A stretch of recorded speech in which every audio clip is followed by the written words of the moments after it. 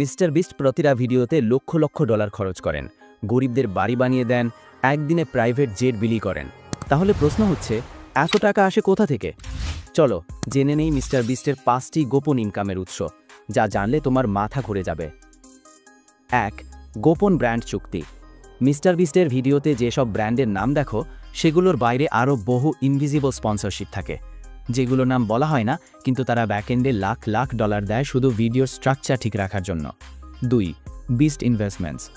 অনেকে জানেই না মিস্টার বিস্ট বিনিয়োগ করেছে বহু স্টার্টআপ, যেমন AI tools, gaming studios, health apps. 3. Feastables plus mister beast burghers equals cash machine.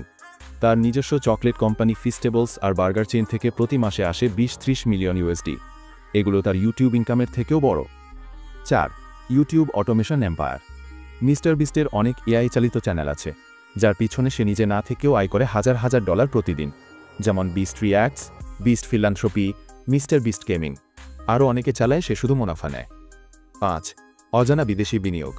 কিছু থিওরি বলে মিস্টার বিস্টের পিছনে আছে বড় বড় টেক বিলিয়নিয়ার, যেমন ইলন মাস্ক, জেফ বেজোস বা গোপন চীনা মালিকানাধীন ইনভেস্টমেন্ট গ্রুপ, যারা মিস্টার বিস্টকে একটা গ্লোবাল সফট পাওয়ার আইকন বানাতে চায়।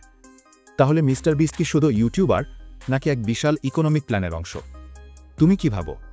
এই উৎসগুলো কি সত্যিই তার ইনকামের পেছনে আছে? কমেন্টে জানাও।